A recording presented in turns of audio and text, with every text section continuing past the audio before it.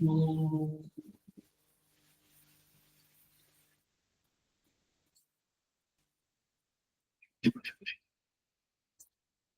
हम्म,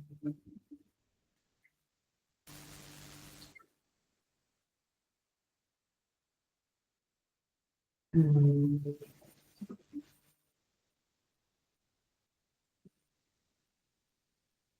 ॐ सहनावतु सहनौ भुनक्तु सह वीर्यं करवावहै तेजस्विनावधीतमस्तु मा विद्विषावहै। ॐ शान्ति शान्ति शान्तिः। समस्तजनकल्याणे निरतं करुणामयं नमामि चिन्मयं देवं सद्गुरुं ब्रह्मविद्वं। Hari Om. I welcome you all with great love and great respect in this Bhagavad Gita discourses.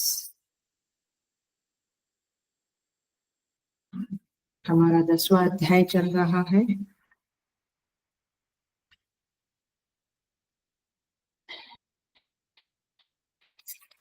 We are on 34 number के श्लोक पे है।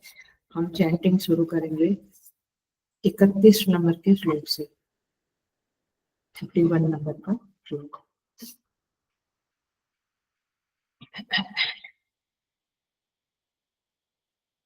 पवनः भवतामस्मि रामः शस्त्रभृतामहम् यशानां मकरश्चास्मि स्रोतसामस्मि जाह्नवी सर्गाणाम् आदिरन्तश्च मध्यं चैवाहमर्जुन अध्यात्मविद्या विद्यानां वादनप्रवदतामः अक्षराणाम् अकारोऽस्मि द्वन्द्वः सामासिकस्य च अहमेवाक्षयः कालः दाताहं विश्वतो मुखः मृत्युः सर्वहरश्चाहम् उद्भवश्च भविष्यताम् कीर्तिः श्रीर्वाक् च नारिणाम् श्रुतिर्मेधा सुतीक्ष्णा बृहत्साम तथा साम्नां गायत्री छन्दसामः मासानां मार्गशीर्षोऽहम्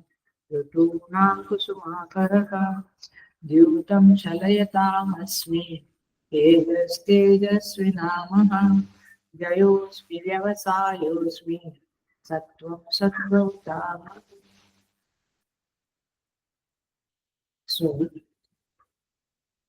श्रीमद् भगवद गीता 10वां अध्याय विभूति योग। यहाँ पे परमेश्वर अपनी कुछ विभूतियों के बारे में, अपना जो मैनिफेस्टेशन है, परमेश्वर की महिमा का, ऐश्वर्य का जो मैनिफेस्टेशन है, उन वस्तुओं में, उन व्यक्तियों में प्रभु अपने को इंट्रोड्यूस कर रहे हैं। अर्थात हमें उन विभूतियों में, उन वस्तुओं में, उन व्यक्तियों में, उन परिस्थितियों में परमेश्वर को याद करना है, महसूस करना है, एहसास करना है उनका, और उस तरह से उनसे कनेक्टेड रहना है, जुड़े रहना है। This is the main purpose of this 10th chapter. तो 10वें अध्याय का यही उद्देश्य है, और उसी उद्देश्य को लेके हम एक एक शब्द की महिमा देख रहे हैं।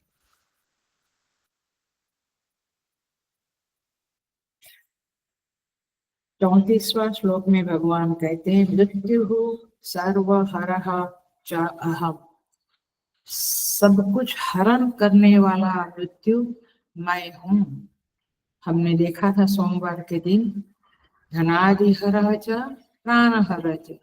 धन का हरण करने वाले परमेश्वर है, और प्राण का हरण करने वाले भी परमेश्वर है।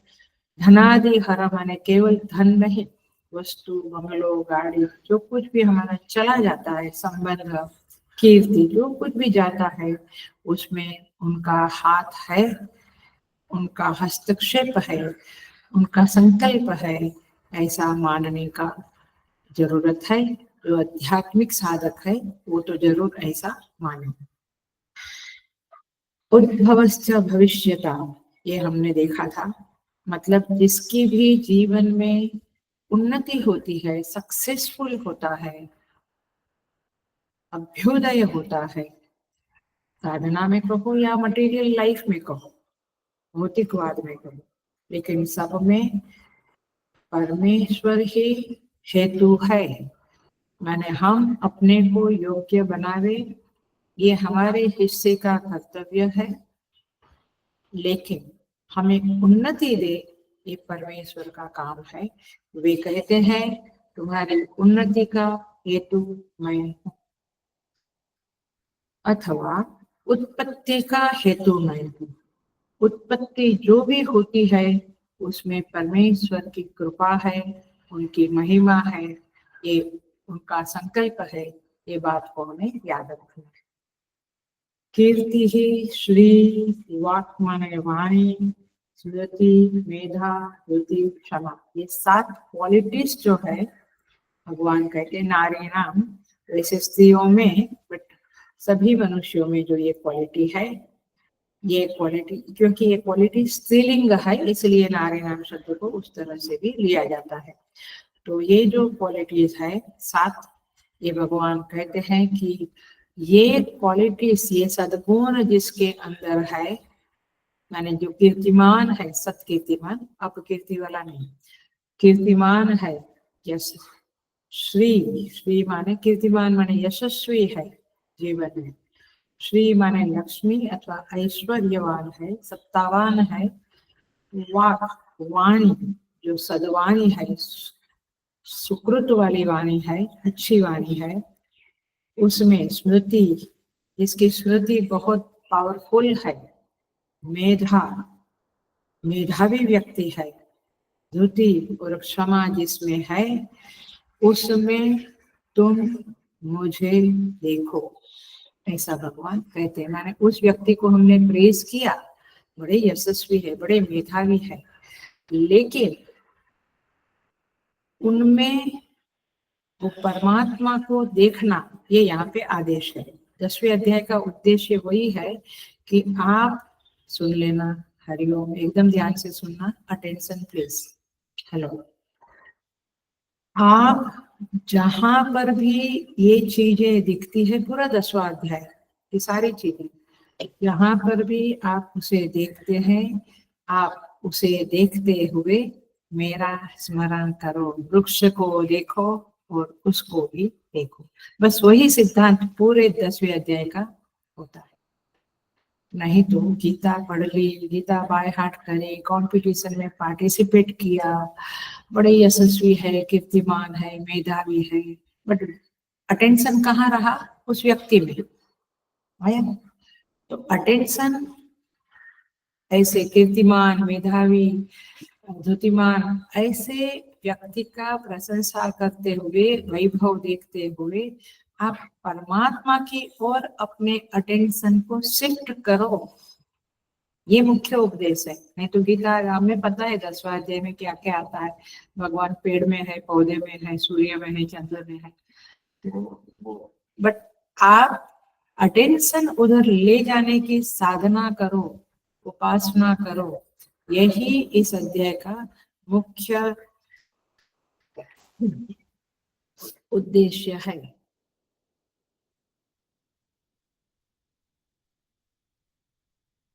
कहते हैं सूफी संत, 10 वर्ष से हम खता कहते करते आ रहे हैं, 10 वर्ष से हम खता करते आ रहे हैं, धूल चेहरे पे है, आईना साफ करते रहे हैं। नहीं, 10 साल से हम मेहनत कर रहे हैं, साधना कर रहे हैं, क्या धूल चेहरे पे है, आईना साफ करते हैं, मिरर को साफ करते रहे 10 साल तक, कुछ होता नहीं है, बस धूल चेहरे पे। Are you getting the point? उसी तरह से सारी गीता बाय हार्ट है, वाओ कितने विद्वान है, कितनी समझ है, पूरा उसका सब कुछ हम बोल लेते हैं, लेकिन उसका तात्पर्य जो है, धूल चेहरे पे है, आईना साफ करते, माने ये सब हम करना ठीक है, लेकिन धूल को हटाना माने क्या, चेहरा साफ करना माने क्या, उस शिफ्टिंग वाली बात को पकड़ लो। ये मूल बात है, वो तो दिखती नहीं है अपने को, माने वो हमारे चित्त में कोई आचार्य धसाया नहीं है, उस बात को इंजेक्ट नहीं किया है, अथवा बात करने के बाद भी हम उसे फॉलो नहीं करते हैं, तो फिर ठीक है, एक संस्कार तो पड़ ही जाएंगे, कोई टेंशन नहीं है उसका, लेकिन आगे बढ़ना मुश्किल होगा। सो इसीलिए ये सब क्वालिटीज में भगवान कहते हैं तुम मेरा दर्शन करो, मेरा स्मरण करो कि ये चीजें इनके पास आई है, इनका उद्यम है, लेकिन देने वाला परमात्मा है, उनको यशस्वी बनाने वाला, उनको मेधावी बनाने वाला परमात्मा है, उनका याद करो। कोई बहुत ब्यूटीफुल है, आप देखो उसे, लेकिन देखते हुए उस सुंदरता का दान करने वाला, उस व्यक्ति को सौंदर्य देने वाले परमात्मा को मत भूलो, उनका भी याद कर। ये मुख्य बात यहाँ पे है। सो हमारे दो शब्द रह गए थे, धृति और क्षमा, उसको देखेंगे। आगे के श्लोक में कहते हैं बृहद साम तथा सामना, कहते हैं सामना माने गायन करने योग्य श्रुतियों में, सामवेद की जो ऋचाएं है जो गायन करते हैं उसमें बृहद माने बृहद साम जो है वह मैं हूँ, मैं समझाऊंगी। गायत्री छंद साम अहम, छंद में ये सारे छंद जो होते हैं उसमें मैं गायत्री छंद हूँ। दूसरा तीसरा मासा नाम मार्गशीर्ष हूँ। ओ ग्रेट, अभी मार्गशीर्ष चल रहा है, भगवान कहते हैं महीनाओं में, मासों में मैं मार्गशीर्ष महीना हूँ। ऋतु नाम कुसुमाकर, सारी ऋतुओं में मैं कुसुमाकर माने वसंत ऋतु हूँ, सारी ऋतुओं में मैं वसंत ऋतु माने वसंत ऋतु आई तो तुम मेरा स्मरण कर। मार्गशीर्ष महीने में, इसलिए हमारे हिंदू कल्चर में मार्गशीर्ष महीना बहुत पूजा पाठ के लिए बहुत फेमस है, और कई साउथ में वगैरह सभी जगह पे वैसे मार्गशीर्ष महीने में बहुत पूजा पाठ होते रहते हैं। देखते हैं श्रुति और क्षमा को देखें।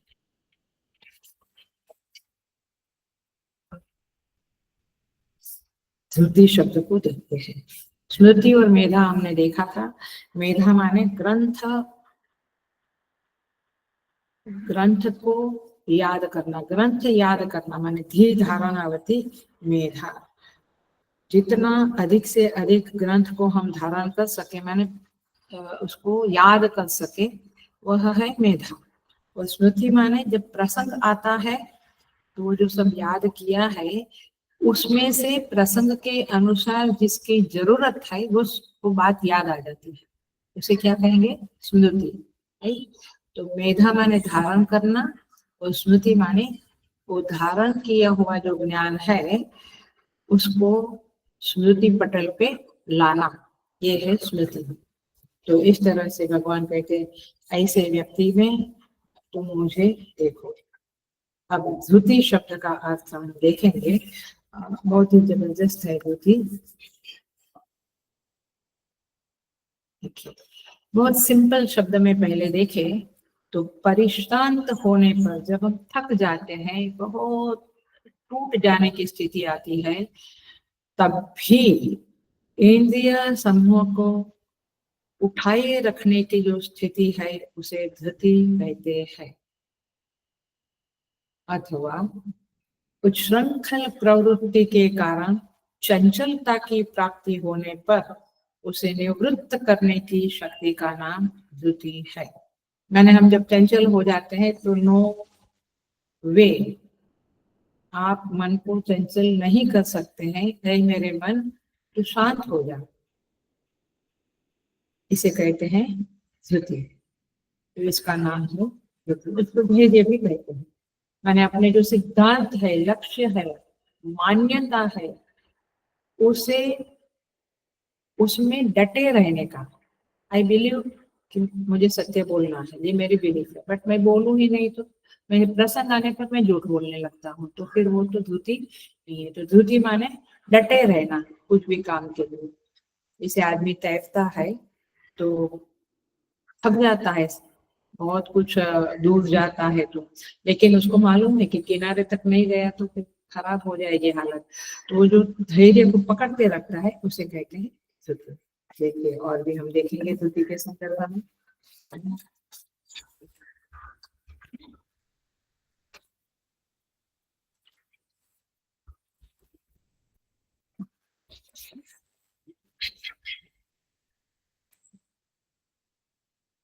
जब हमें दुख होता है, बहुत दुख होता है, तो हम खिन्न हो जाते हैं, तब भी उस दुख को हटा देने की शक्ति का नाम है धैर्य। कितनी भी विकट परिस्थिति आने पर भी व्याकुल नहीं होना, चित्त को स्वस्थ रखना, शांत रखना, ये है धैर्यवान मनुष्यों का लक्षण। माने धुति 3 प्रकार की होती है, हम देखेंगे उसको, बट मूल बात है कि वो जो सामर्थ्य है इंसान में, कोई भी परिस्थिति आवे, चैलेंजिंग परिस्थिति आवे, तब भी अपने को शांत रखना, स्वस्थ रखना, इसे कहेंगे धुति।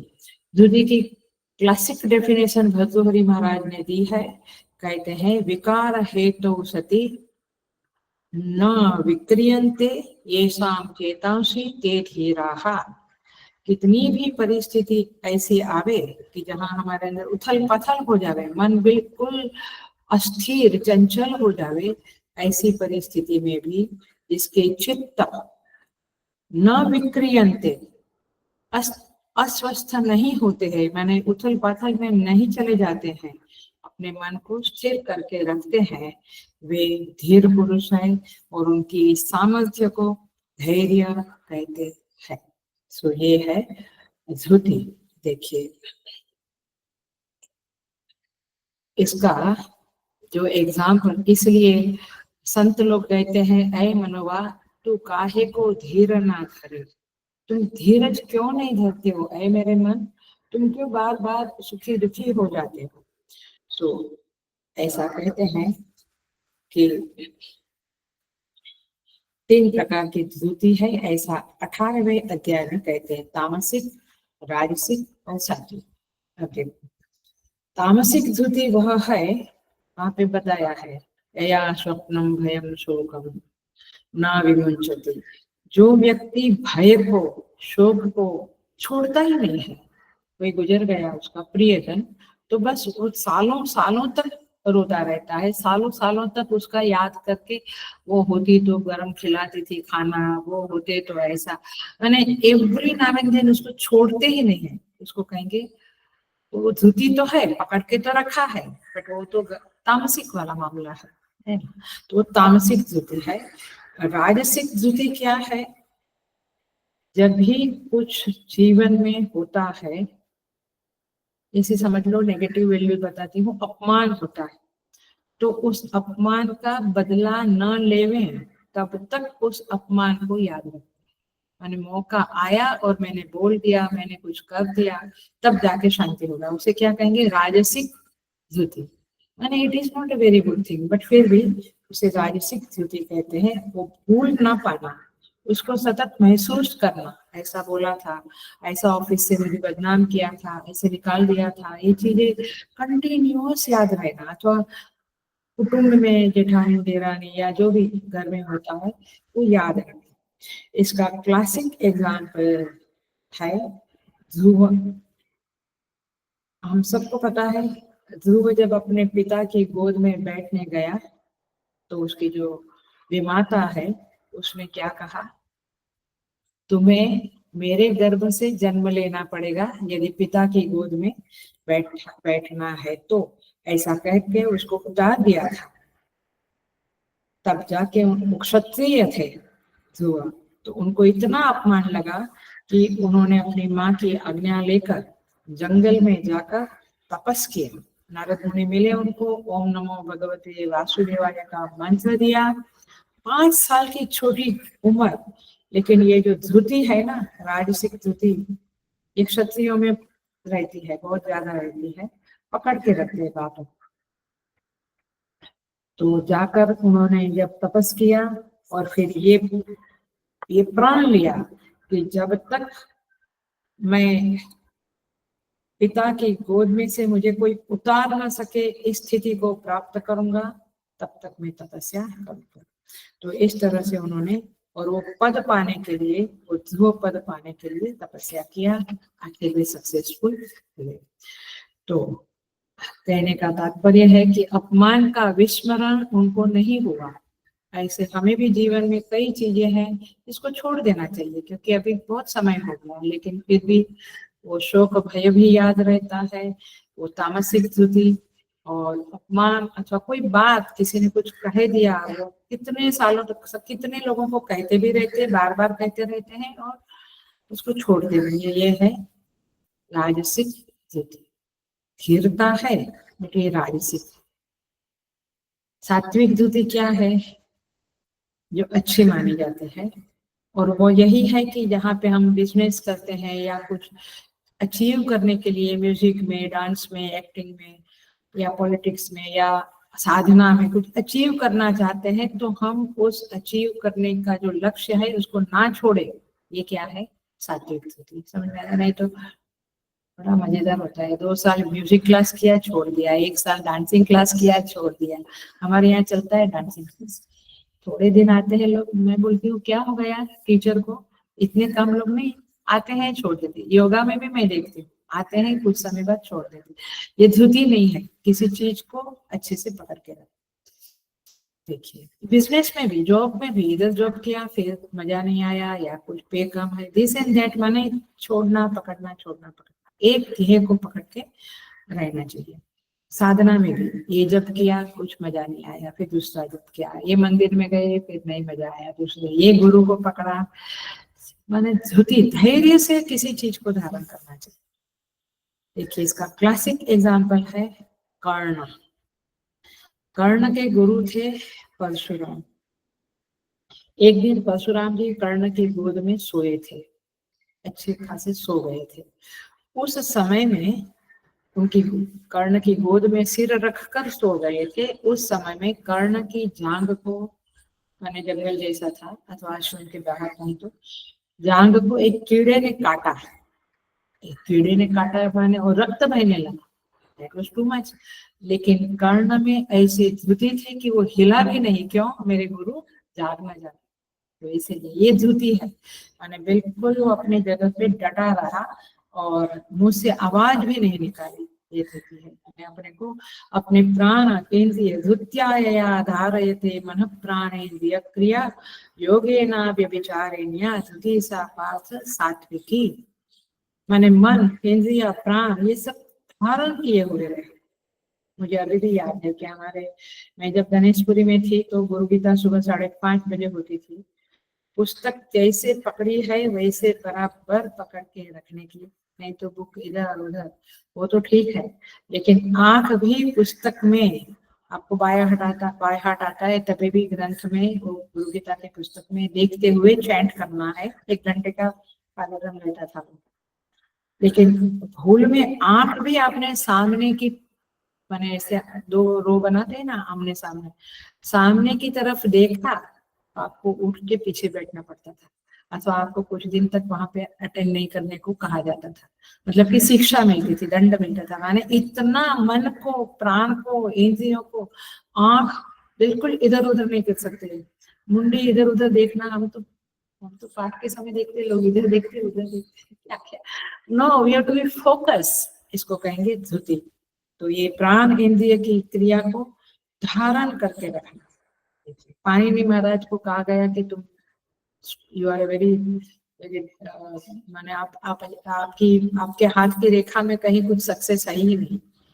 उन्होंने आखिर में तपस्या किया और पाणिनि व्याकरण की रचना की। तो ये धुति है, अपने मन को पकड़ के रखा करना। तो इस तरह से यहाँ पे अर्जुन का मत्स्यवेद भी देखो, so many examples are there. So ये है धुति। दूसरा है क्षमा। हम आगे बढ़ जाते हैं। भगवान कहते हैं, क्षमा शब्द की डेफिनेशन है,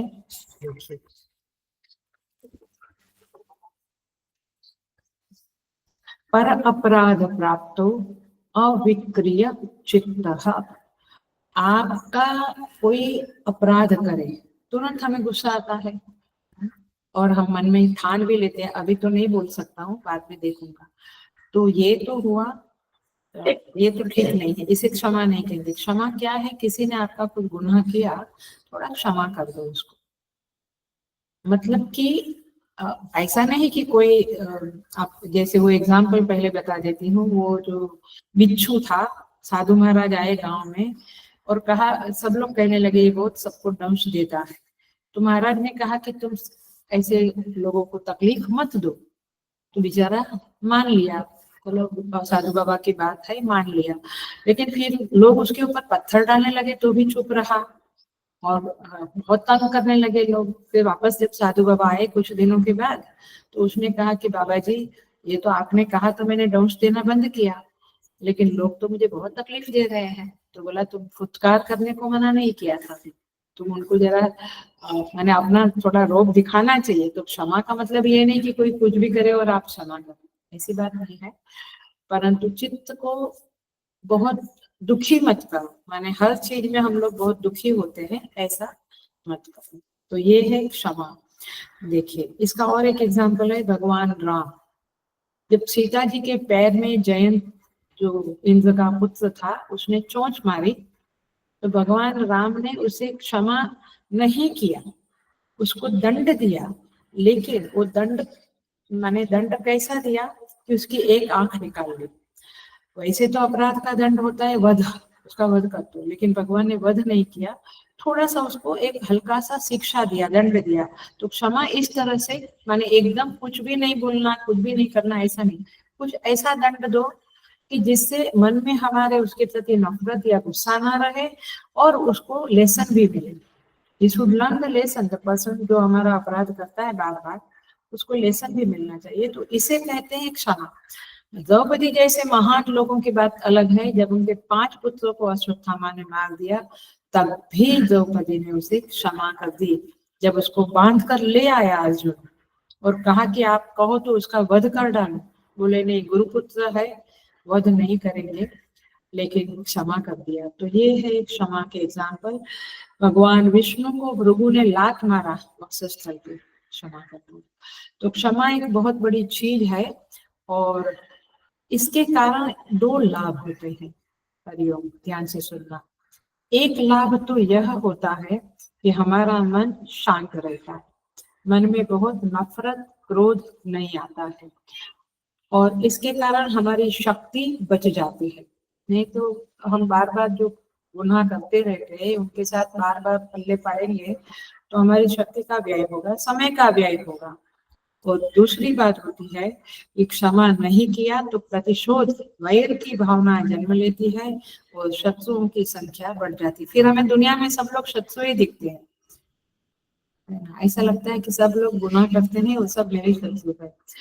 तो ये एक बात हुई। और दूसरी बात है कि then we forget our goal in the life. हमें पढ़ाई करना है, हमें कुछ अचीव करना है, म्यूजिक में अचीव करना है और क्षेत्र में अचीव करना है। तो फिर हम जिसने गुनाह किया उसके प्रति वैर लेते लेते लेते समय उसी में बर्बाद करेंगे। तो we are losing if we don't do क्षमा। तो क्षमा एक बहुत बड़ी चीज है और क्षमावान व्यक्ति में परमेश्वर कहते हैं, तुम मुझे देखो।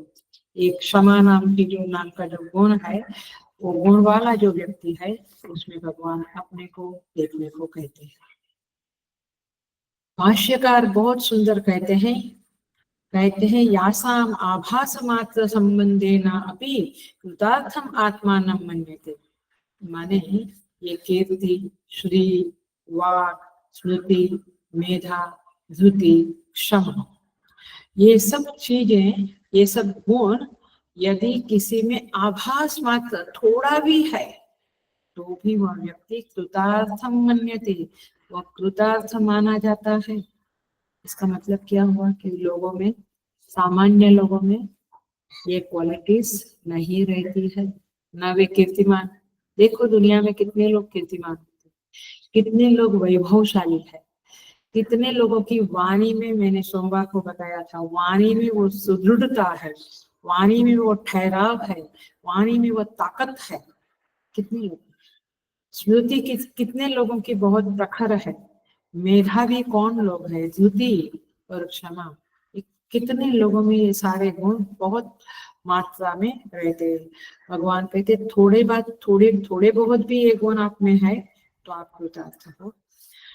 तो इसका मतलब यही हुआ कि हमें ये गुणों को डेवलप करना चाहिए, ताकि हेलो ताकि हम अपने अंदर उस परमात्मा की अभिव्यक्ति को जन्म दे सकते हैं।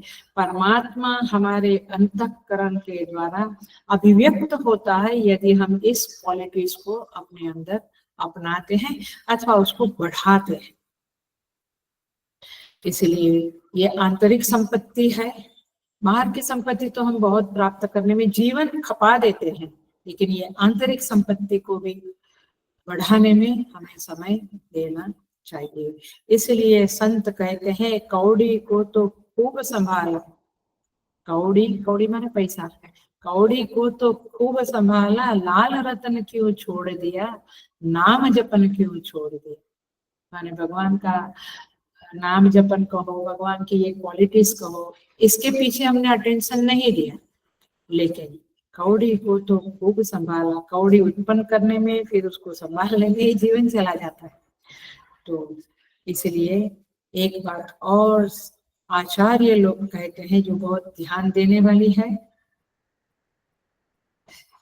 वे कहते हैं भौतिक संपत्ति अथवा भौतिक कीर्ति, जो भी मटेरियलिस्टिक जो कुछ भी आप अचीव करते हो, प्राप्त करते हो, उसका कारण आंतरिक संपत्ति ही होता है। कोई बहुत यशस्वी बनता है, कोई बहुत म्यूजिक में, एक्टिंग में, डांस में, जहां पर भी, नृत्य में, बिजनेस में, साधना में अचीव करता है, उसका कारण है उसके अंदर आंतरिक संपत्ति है। और आंतरिक संपत्ति का कारण है साधना। तो मनुष्य को साधना करनी चाहिए। साधना माने पूजा पाठ, जप, योगा, शास्त्र श्रवण, शास्त्र मनन, ये सब करने से हम इस संपत्ति के स्वामी बनते हैं और परमात्मा हमारे द्वारा अभिव्यक्त होते हैं। तो 7 गुणों को धारण करके जब परमात्मा को अभिव्यक्ति देते हैं तब वह साधक वास्तव में साधक माना जाता है। और जिसके अंदर ये अभिव्यक्ति है, वे प्रणम्य लोग हैं। उनको प्रशंसा करते हुए, उनकी महिमा ऐश्वर्य को देखते हुए हमें उनमें परमेश्वर की झांकी करनी चाहिए, उनके जरिए परमेश्वर का स्मरण करना चाहिए। ये बात यहाँ पे कहते हैं। तो इस तरह से यह श्लोक पूरा होता है। हम 35 नंबर के श्लोक में प्रवेश कर जाते हैं।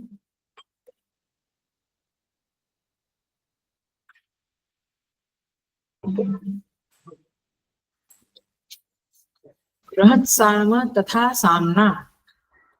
बृहत् साम, देखिए सामवेद जो है उसमें वेद की ऋचाएं हैं। सारे वेद में माने 1,00,000 वेद की ऋचाएं हैं। उसमें जो ऋग्वेद, यजुर्वेद, सामवेद, अथर्ववेद, तो सामवेद में बृहत् साम नाम का एक प्रकरण है, एक चैप्टर है। भगवान कहते हैं, पहले भगवान ने कहा वेदों में मैं सामवेद हूँ। अब उस सामवेद में जो बृहत् साम नाम का प्रकरण है वह मैं हूँ।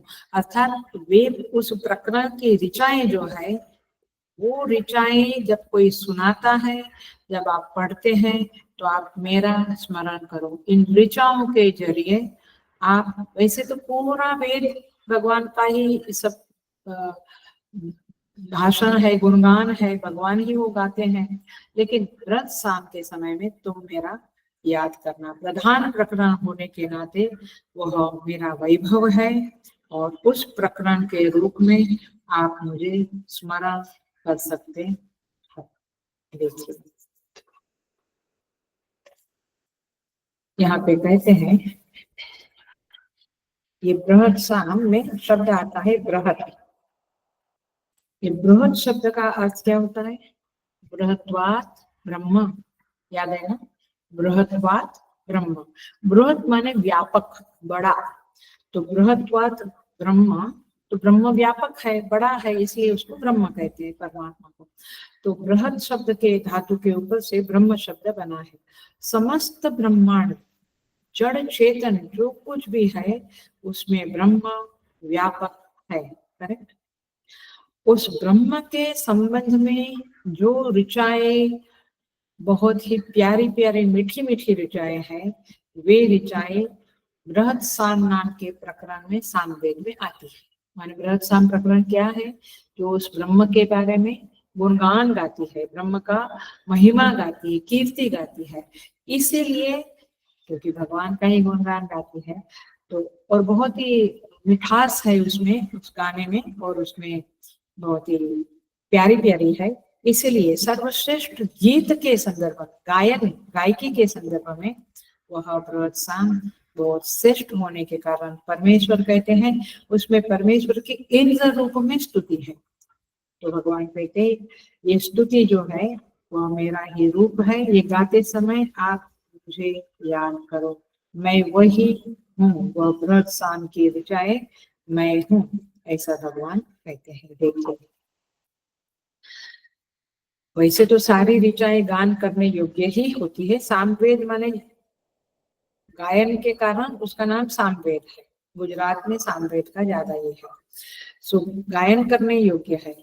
उन ऋचाओं में एक ऋचा है त्वाम इद्धि हवार महे। इस ऋचा में आरूढ़ जो गति गीत विशेष है वह बृहत साम है। पर्टिकुलर ये ऋचा जो है, जो ये ऋचा शुरू होती है और ये जो प्रकरण है उसको भगवान कहते हैं मेरा रूप जानो।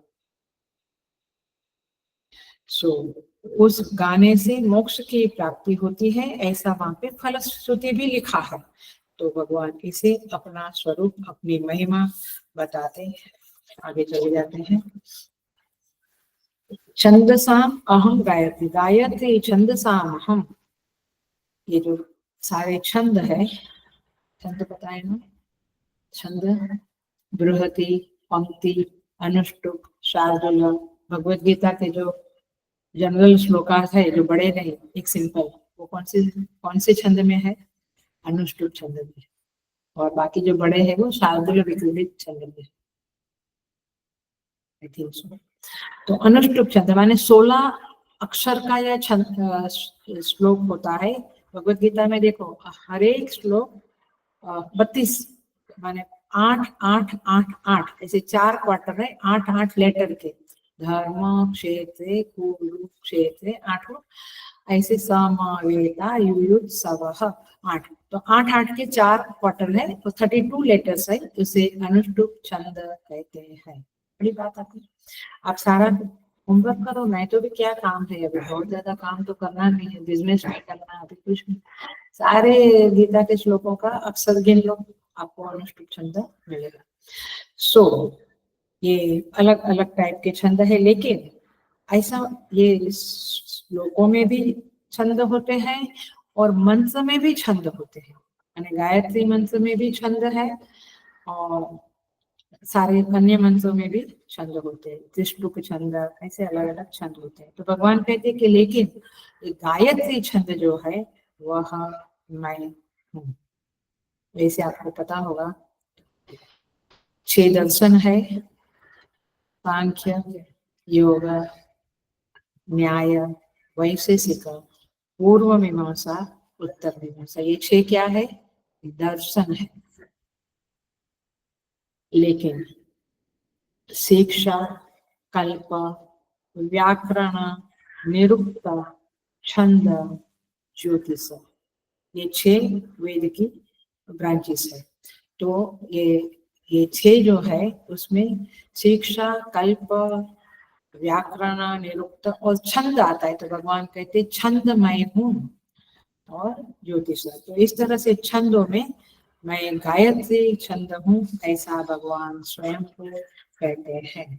देखिए इसका एक अंडरस्टैंडिंग करें कि जिसका प्रत्येक अक्षर माने पाद माने एक वर्ड, अक्षर की संख्या से नियत बंधा हुआ है, अर्थात उन निर्धारित अक्षर की संख्या से कम भी नहीं है, ज्यादा भी नहीं है, उसे छंद कहते हैं। माने हर एक छंद का पर्टिकुलर अक्षर है, लेटर है, उसे छंद कहते हैं। मैंने दे आर नॉट हेपेजार्ड। उसमें जैसे अनुष्टुप छंद में 32 अक्षर है, 8 का क्वार्टर है, इस तरह से जहाँ पे नियत पाद है, नियत अक्षर है, उसे छंद कहते हैं। तो ये गायत्री छंद भगवान कहते हैं मैं हूँ, और गायत्री मंत्र भी उसी छंद का एक भाग है।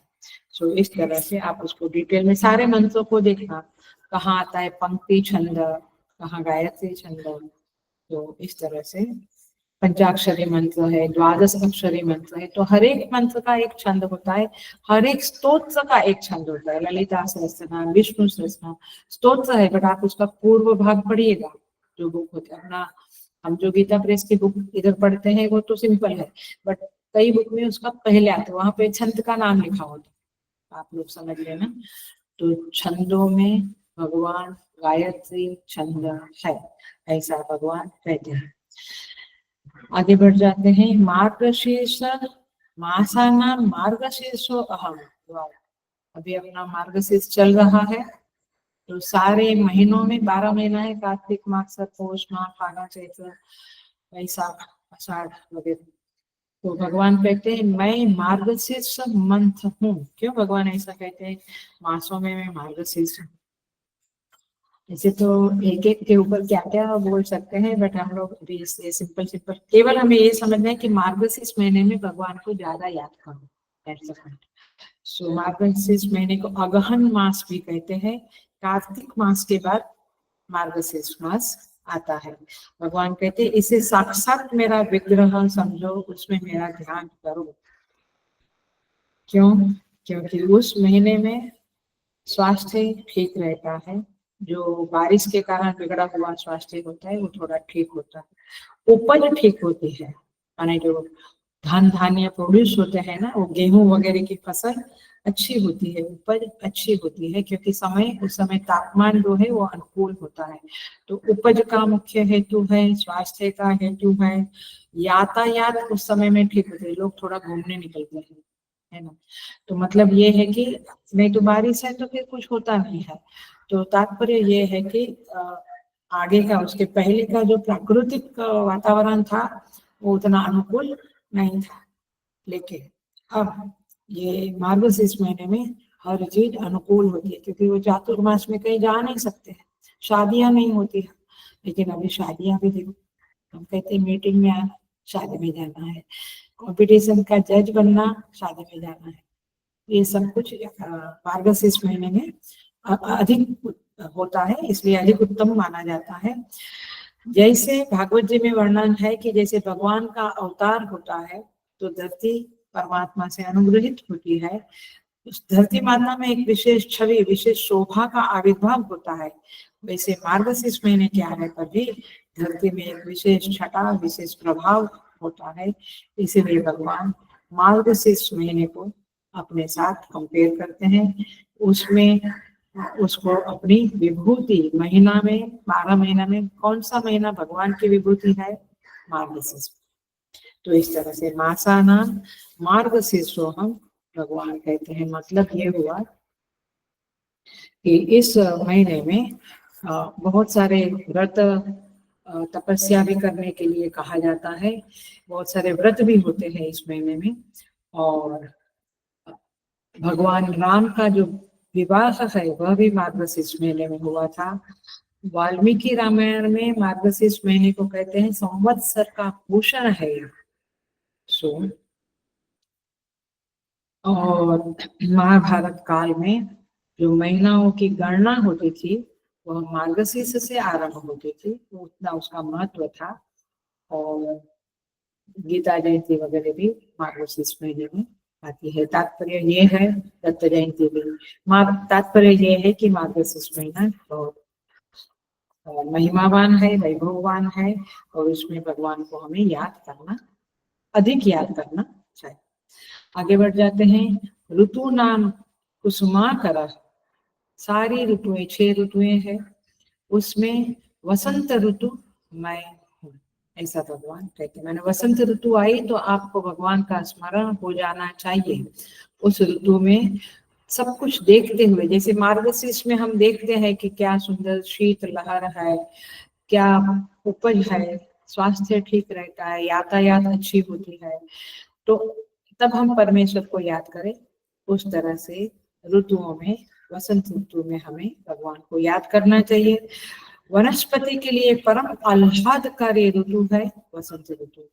इस ऋतु के प्रभाव से, केवल उसकी उपस्थिति मात्र से वनस्पति साम्राज्य के सौंदर्य का विस्तार हो जाता है, और इसीलिए इस महीने को भगवान ने अपना रूप कहा है। शीत के प्रभाव से सारी वनस्पति अपने आप में सिमट जाती है, जैसे कि अंतर्मुखी हो गई हो, माने जब विंटर होती है तभी। लेकिन और सारे वृक्ष अपनी आत्मरक्षा में संलग्न हो जाते हैं।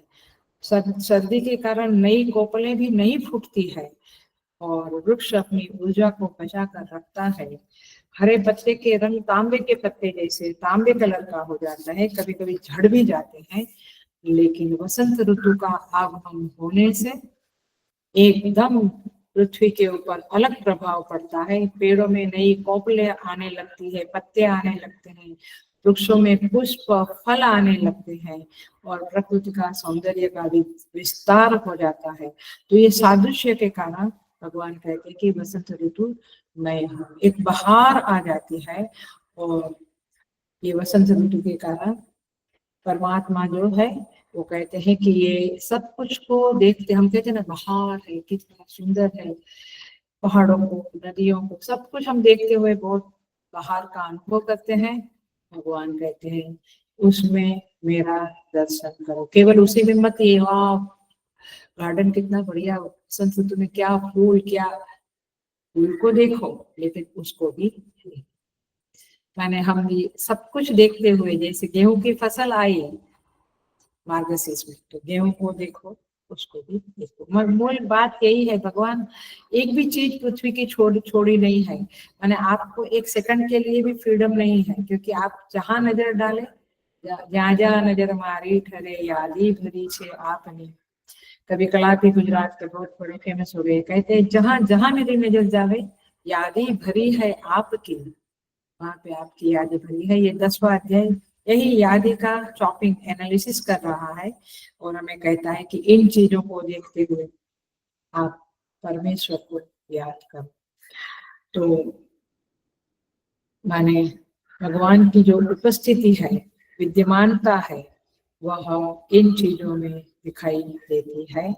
जहाँ प्राण है, जीवन है, चमक है, ये ऐसे ही वसंत ऋतु में आप भगवान को देखो, ऐसा यहाँ पे कहते हैं। तो तात्पर्य ये है कि ऋतुओं का राजा कहते हैं वसंत ऋतु, ऋतुराज कहते हैं।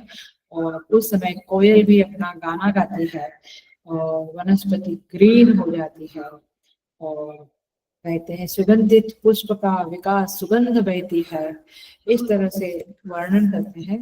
और अनेक शास्त्र में बहुत सारा वर्णन आता है। कहते हैं वसंते वसंते ज्योतिषाम यज्ञेत, वसंत ऋतु में ज्योतिष नाम का यज्ञ करे। वसंत ऋतु का विशेष महत्व है। वसंते ब्राह्मण उपनीत, वसंत ऋतु में ब्राह्मण का उपनयन करे। वसंते ब्राह्मणों अग्नि न आदधीत, वसंत ऋतु में ब्राह्मण अग्नि का आधान करे। और वसंते एव अभ्यारभेत, वसंत ऋतु में अभ्यास का आरंभ करे। वसंतो वही ब्राह्मण स्थतु, वसंत ही ब्राह्मण की ऋतु है। तो इस प्रकार से भगवान की विभूति वसंत ऋतु है, ऐसा यहाँ पे बताते हैं। आगे बढ़ते हैं, आगे का श्लोक देखिए। 36 नंबर का श्लोक है, थोड़ा अटपटा लगेगा लेकिन हम समझेंगे। भगवान कहते हैं द्यूतम छलयताम अस्मि, मतलब जो छल करने वाला, छलयताम माने छल करने वाले, छल करने वालों में मैं युद्ध, युद्ध माने युद्ध क्रीड़ा, जुआ, जुगार बोलते हैं उसको। तो छल करने वालों में जो प्रधान छल है, सबसे जबरदस्त छल की क्रिया है, वो जुए में होती है। आदमी छल करता है थोड़ा इधर थोड़ा उधर, लेकिन जुआ जो है, युद्ध क्रीड़ा बोलते हैं उसको, ये बहुत बड़ा छल है। भगवान कहते हैं वो मैं हूँ, हम उसको समझेंगे। तेजस तेजस्वी नाम हम, भगवान कहते हैं जो तेज है, जो प्रभावशाली तेजस्वी लोग हैं, उनका तेज मैं हूँ। तेजः तेजस्विना हम अस्मि, प्रभावशालियों का प्रभाव मैं हूँ। जयोस्मि, जो जीतने वालों का विजय है, वह मैं हूँ। व्यवसायोस्मि, माने निश्चय करने वालों का निश्चय मैं हूँ। सत्वम सत्ववताम अहम, जो सात्विक पुरुषों का सात्विक भाव है, वह मैं हूँ।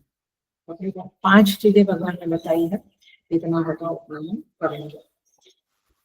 एक तो छल करने वालों में मैं जुआ हूँ, तेजस्वी प्रभावशाली लोगों का प्रभाव हूँ। जहां भी विजय सक्सेस देखो, वहां पे तुम विजय देखो। विजय विजय जहां होती है, उसका जय मैं हूँ। निश्चय करने वालों का निश्चय मैं हूँ, और सात्विक लोगों का सत्व मैं। देखिए अभी कौवे काव काव कर रहे हैं।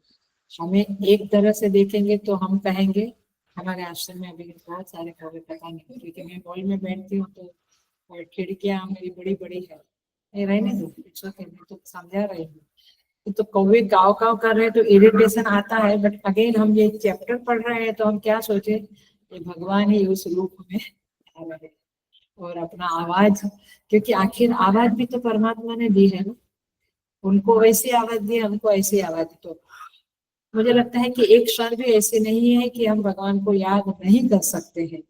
कोई बोलता है तो हम कहेंगे हाँ, बोलने की शक्ति परमात्मा ने दी। तो अभी कौवों को भी चिड़िया है। अहमदाबाद में तो प्रवचन करते थे, वहां तो हॉल पूरा खुला था, सामने इसरो था, तो वहां पे भी सुबह चिड़िया का, ऐसे पक्षियों की आवाज इतनी अच्छी आती थी ना, ये सब परमात्मा का ही स्वरूप। सो छल, द्यूतम छलता छलयताम अस्मि, जबरदस्त ये शब्द है, इसको हम देखते हैं।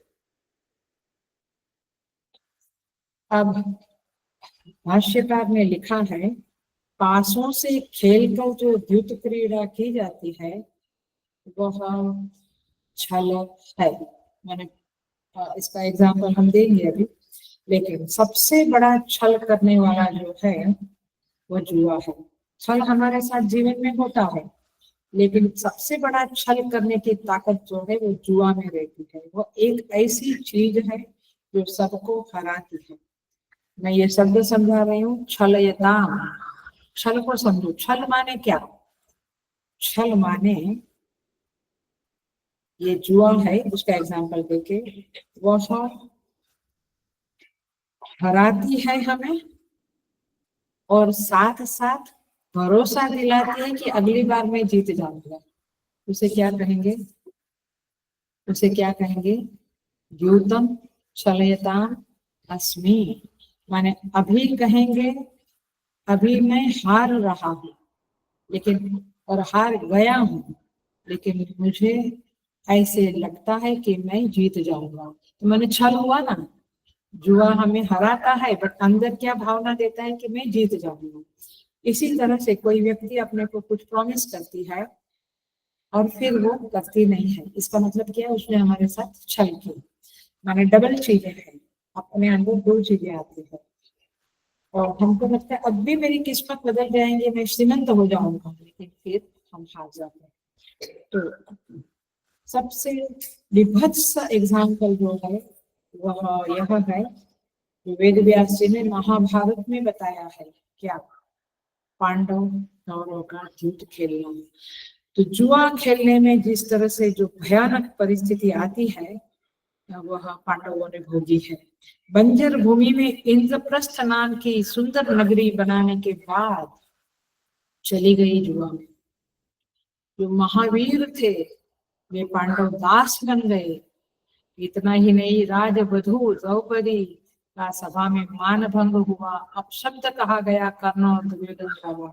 दुशासन ने चिरहरण किया और इससे बड़ी वेदनाजनक कोई कहानी हमने नहीं पढ़ी होगी। ये सबसे मनोवेदना का सबसे बड़ा प्रसंग महाभारत में आता है, लेकिन उसका कोज क्या है, कारण क्या है, मैंने कितना बड़ा छल हो गया। तो ये है, मैं उसका मीनिंग और भी समझाऊंगी। द्यूतम छलयताम अस्मि। दिवाली में लोग जुआ खेलते हैं, मेरे ख्याल से यूपी नॉर्थ साइड में ज्यादा खेला जाता है, बम्बई में भी देखा जाता है, साउथ का मुझे नहीं। दिवाली के समय में जुआ खेलते, होली के समय में खेलते हैं, ऐसे खेलते हैं। तो मान्यता क्या है कि जुआ खेलने से लक्ष्मी आएगी। अब लक्ष्मी जी जुआ खेलने से नहीं आती है। लक्ष्मी जी का आने की सड़क जो है वो जुआ नहीं है। लक्ष्मी जी के आने की सड़क है वो है उद्यम, कौशल और ईमानदारी। लिख लो ये। पैसा कब आएगा? उद्यम, मेहनत करो, कौशल, कुशलता होनी चाहिए आप में। आप जो भी करो और उसमें आप कुशल रहो। माने आप म्यूजिक करो, आप साधना करो, शास्त्र पढ़ो, आप प्रवचन करो, आप जॉब करो, आप कुछ भी करो, लेकिन कौशलता नहीं है, कौशल्य नहीं है तो आप आगे नहीं बढ़ सकते, लक्ष्मी नहीं आ सकते। तो उद्यम, कौशल, और तीसरा गुण है जिसके द्वारा लक्ष्मी हमारे पास आती है, वो है ईमानदारी, प्रामाणिकता, ऑनेस्टी, क्रेडिटेबिलिटी। माने आपके अंदर उद्यम है, कौशल है और ईमानदारी है, तो आप के पास लक्ष्मी जी आए बिना रहेगी नहीं। तो इसे कहते हैं। इसलिए इन चीजों का जीवन में होना बहुत जरूरी है। हम देखते हैं बहुत बार इतना उद्यम करते ही नहीं, हम इतनी कुशलता को अपना बढ़ाने की भी कोशिश नहीं करते हैं, परफेक्शन को लाने के लिए कुछ करते नहीं है, कैसा भी तो कुछ भी, इतना भी कुछ कई माने 100% अपना डेडिकेशन नहीं देते हैं, तो फिर और ईमानदारी नहीं रखते हैं, तो फिर हमारे पास लक्ष्मी नहीं आती। तो युद्ध के द्वारा, जुआ के द्वारा लक्ष्मी आएगी, ये गलतफहमी है। और इसलिए युद्ध छल करता है, क्योंकि वो व्यक्ति को जीत का दिलासा देता है और आखिर में वो लूट कर उसको लूट लेता है, वह व्यक्ति छल जाता है। इसलिए भगवान कहते हैं द्यूतम छलयता अस्मि। अब देखिए उसका एक और, तो भगवान जुआ है क्या? भाई देवा, जुआ में भगवान को देखना है? नहीं, इसका अंडरस्टैंडिंग जरा सा करेंगे। हेलो, ध्यान से सुनना।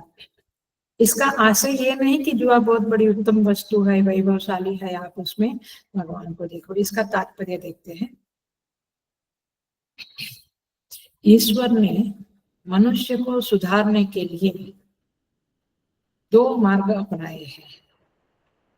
एक मार्ग है उपदेश मार्ग, जहाँ शास्त्र के द्वारा भगवान आचार्यों के द्वारा, संत महात्मा के द्वारा उपदेश देते हैं।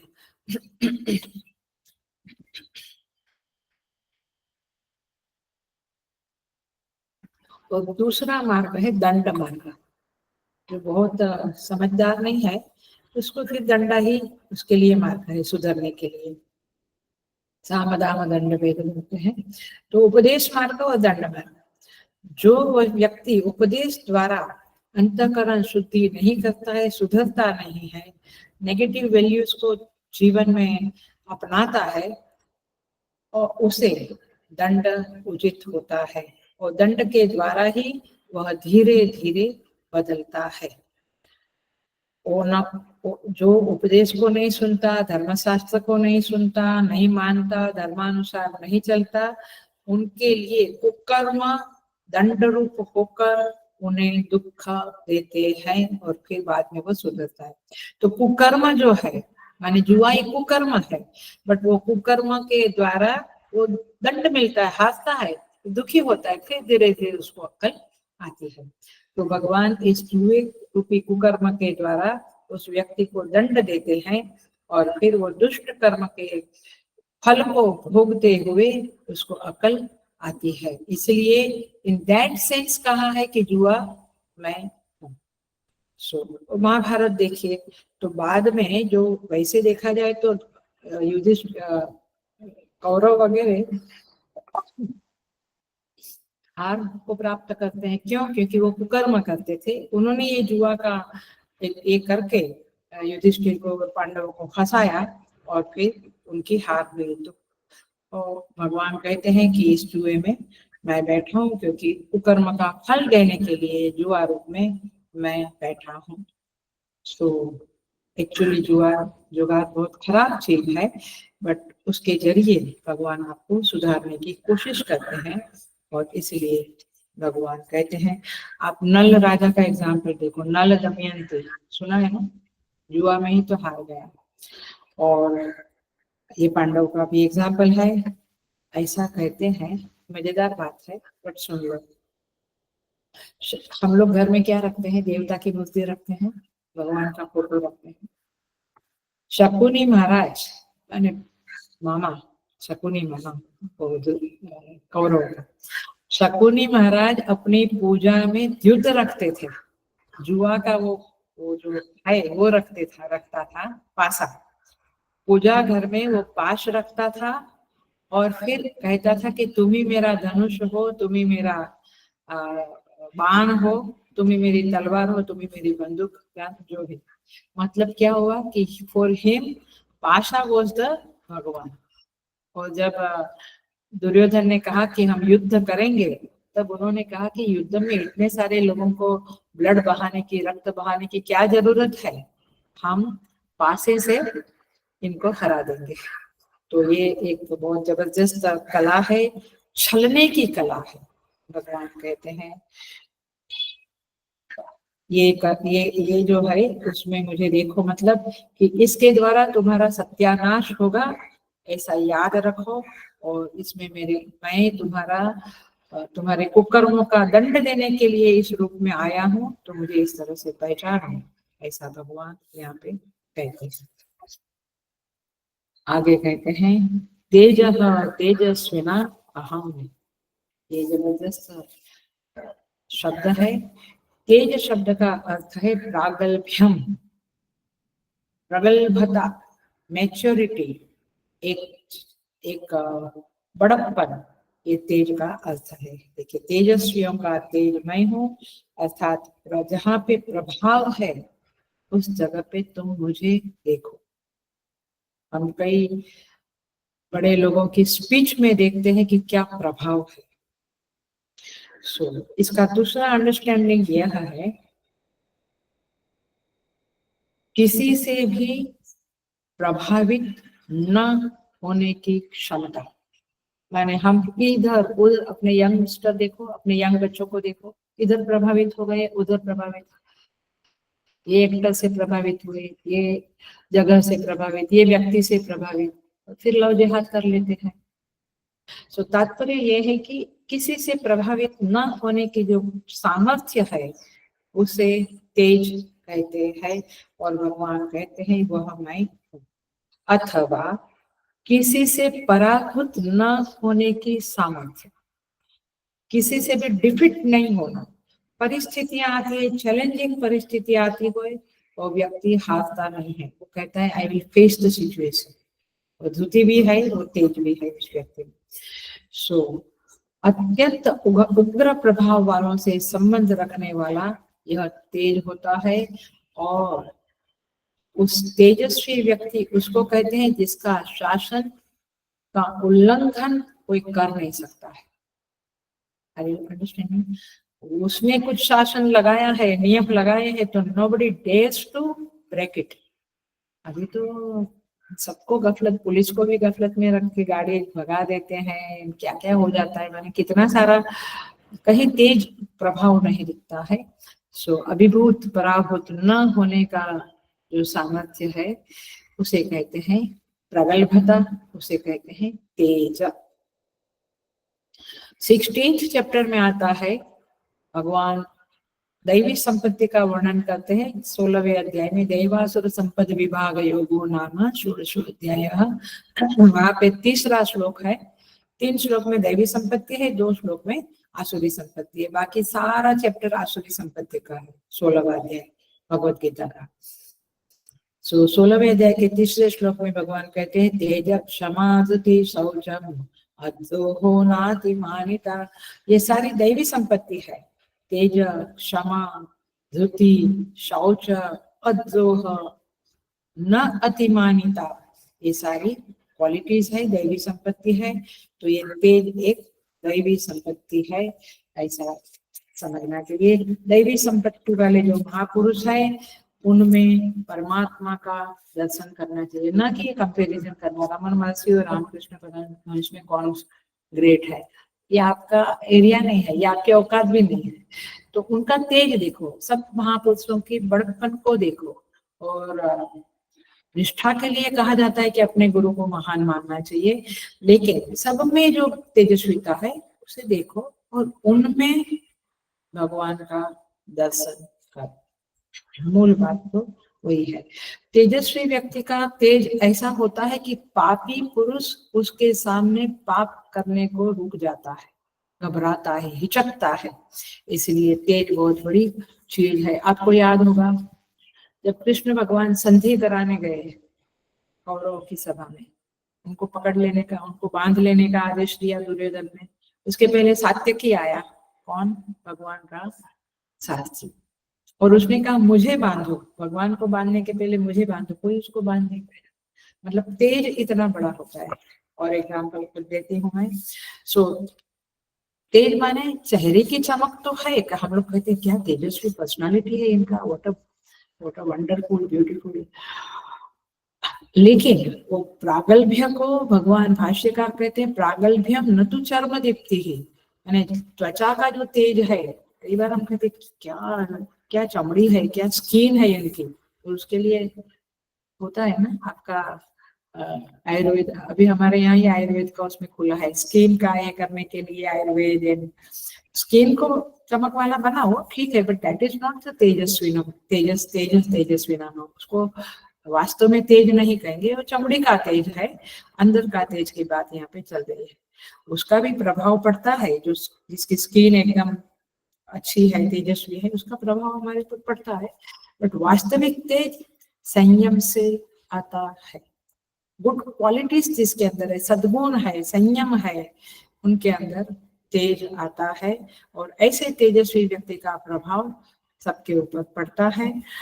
और उसका जो क्लासिक एग्जाम्पल है वह है हमारे हनुमान जी।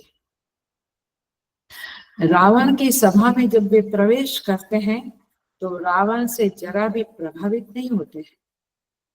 उसको पूछा गया तुम कौन हो? रावण ने पूछा हनुमान जी को, रामचरितमानस में आता है, तुम कौन हो? तो वे कहते जाके बल लवलेसते जीते हूँ चराचर झारी। अरे रावण, जिसके माने मैं कौन हूँ? जिसके बल के एक छोटे से बूंद से, एक अंश से तू तीनों लोक को जीत गया है, उसका मैं दास हूँ। दासु दास अहम मैं।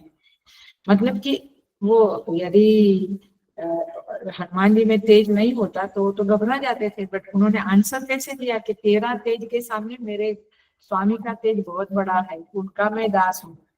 तो रावण का तेज भी बहुत था। ऐसा कहते कि उसकी सभा में देवता लोग हाथ जोड़कर खड़े रहते थे कि रावण कुछ इशारा करे और हम उनकी आज्ञा का पालन करें, परिक्रमा करते थे उसकी सभा की। ऐसा सब रावण का तेज था, लेकिन हनुमान जी उनके तेज से अभिभूत हुए नहीं।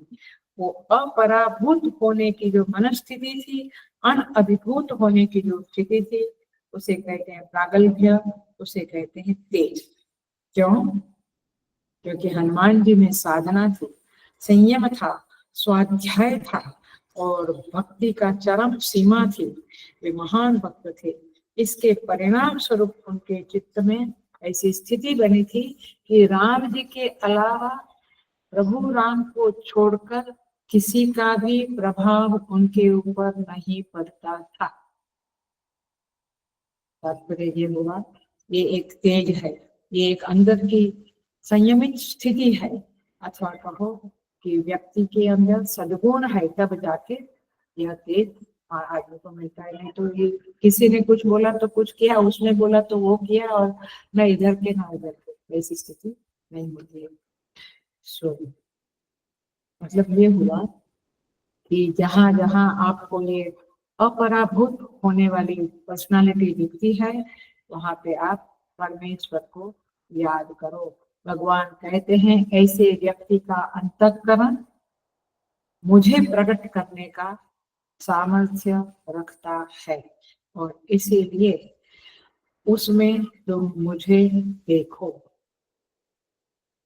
आचार्य लोग एग्जाम्पल देते हैं कि यह माने जो तेजस्वी है और तेजहीन है, उसका फर्क क्या है। देखो, लकड़ा होता है, पहले लकड़े की कुर्सियां बनती थी हमारे घरों, तो लकड़ी जो होती है उसमें अग्नि है, लेकिन वो लकड़ी की कुर्सी पे आप बैठ जाते थे और अग्नि आपको कुछ कर सकती नहीं थी। लेकिन वही लकड़ी की अग्नि यदि प्रज्वलित हो गई, आप उसको छू नहीं सकते। वैसे जो व्यक्ति है, वो जिसके ऊपर सारे लोग माथे पे चढ़ जाते हैं, हम कहते हैं ना सब मेरे माथे पे बैठते हैं, क्यों? क्योंकि तेरे में वो ताकत नहीं है। तो लकड़ी की कुर्सी पे हम बैठ जाते थे, लकड़ी की कुर्सी हमें कुछ नहीं कर सकती। लेकिन वही लकड़ी में यदि अग्नि प्रज्वलित हो गया तो you dare not touch it. वैसे उस व्यक्ति में साधना संयम के द्वारा, सद्गुणों के द्वारा परमात्मा का प्रकट होना हुआ, तो उस व्यक्ति को आप छू नहीं सकते। Then you dare not disobey him, you dare not touch him, मैंने आप उनको कुछ कर नहीं सकते, उनकी आज्ञा में, उनके आदेश में रहना पड़ता है। सो तात्पर्य यह है कि जीवन में साधना करके इस तेजस्विता को हमें माने परमात्मा को इस तेज के रूप में हमारे अंतःकरण में प्रकट करना चाहिए। और जहाँ जहाँ ये तेज दिखता है, वहाँ वहाँ प्रभु को देखना चाहिए। वाणी में भी एक तेज होता है, देखिए पर्सनालिटी में होता है, वाणी में भी होता है। कई लोग बड़ी व्याकरण से शुद्ध और अच्छी भाषा में प्रवचन करते हैं अथवा गाते हैं, लेकिन हमें कोई गाना पसंद आता है, कोई कोई ऐसे सिंगर है जो पसंद आते हैं, और कोई प्रवचन करता है जो पसंद आते हैं। क्यों? क्योंकि उनकी वाणी में वो तेज है, वो साधना का बल है। वो सिंगिंग में वो जो उन्होंने रियाज किए होते हैं रूटीन में, डेली सुबह उठ के, वो दिखता है। सो मैंने शायद कई बार कहा है कि नूर जहां कहती थी कि मुझे पता चलता है कि मेरा जो क्राउड है, मेरे जो सुनने वाले श्रोता है, वे मुझे आज पसंद किया कि नहीं किया, क्योंकि यदि मैं केवल एक वीक या एक महीना रियाज नहीं किया, तो मैं जानती हूँ कि मेरे श्रोताओं के ऊपर वो प्रभाव नहीं पड़ता है। तो ये साधना का फल होता है कि ये लोग गाते हैं तो श्रोता मंत्रमुग्ध बनकर सुनते हैं, अथवा प्रवचन कोई करते हैं ऐसे तो मंत्रमुग्ध बनकर सुना जाता है। सो ये है तेजः तेजस्विना अहम। आगे का नेक्स्ट क्लास में देखेंगे। जयोहम व्यवसायोहम, 3 शब्द रह गए हैं, और सत्वम सत्ववताम अहम। सो इस तरह से गीता के 7वें अध्याय में भी भगवान कहते हैं बुद्धिर्बुद्धिमताम् अस्मि तेजस तेजस्विनाम बीजम माम सर्वभूतानां विद्धि पार्थ सनातनम बुद्धि ही बुद्धिमताम् अस्मि। बुद्धिमान लोगों की बुद्धि मैं हूँ। इसका तात्पर्य क्या हुआ? बुद्धिमान लोगों को देखते हुए आप उनकी बुद्धि का जो आपको सब अनुभव आता है, उसमें मुझे देखो। केवल उस व्यक्ति का प्रेस किया, उस व्यक्ति के चरण छुए, वो अच्छी बात है, लेकिन उसके बुद्धि का परिचय होते हुए तुम मुझे याद करो। उसी तरह से तेजस तेजस्वी नाम हम, ये बात 7th चैप्टर में भी भगवान कहते हैं, तेजस्वियों का तेज देखते हुए तुम मुझे याद करो। इसलिए टीवी देखते हुए, टीवी में कुछ ऐसा एकदम प्रभावशाली कुछ माने गाना होता है या प्रवचन होता है या कोई युक्ति युक्त माने लॉजिकल बात होती है, जो भी होता है, आप समझो ओ इसके अंदर भगवान प्रकट हुए हैं। तो आपका अटेंशन कहाँ जाना चाहिए? भगवान की तरफ, और हमारा अटेंशन वो व्यक्ति में अटक जाता है। That is the difference. इसलिए मैंने कहा शिफ्टिंग, ओनली शिफ्टिंग करो। दूध चेहरे पे है, आयना पहुंच रहे हैं। माने साफ कर रहे हैं, माने शिफ्टिंग करो, आईना के बदले चेहरे पे पोंछना है, मैंने साफ चेहरे को साफ करना है, धूल को चेहरे पे धूल है उसे साफ करना। मतलब क्या हुआ कि आप उस व्यक्ति को देखो, उसकी बुद्धिमत्ता को देखो, उसका लॉजिकल एक्सप्लेनेशन है, उसका प्रवचन है, उसका भाषण है, जो भी बात है हमें टच कर जाती है, कई बार अच्छी बातें टच करती है, लेकिन उसको देखते हुए परमात्मा में अपनी वृत्ति को, अपने दर्शन को, अपने मन को शिफ्ट कर दो, बस। That is what 10th chapter का, पूरे 10वें अध्याय का यही तात्पर्य है, यही सेंट्रल आइडिया है। और इस तरह से यह चैप्टर बहुत सुंदर है। आगे का 3 वैल्यूज जो रह गई है, विभूतियां रह गई है, उसे हम अगले क्लास में देखेंगे। ओम पूर्णमदः पूर्णमिदं पूर्णात् पूर्णमुदच्यते पूर्णस्य पूर्णमादाय पूर्णमेवावशिष्यते। ओम शांति शांति शांति। हरि ओम।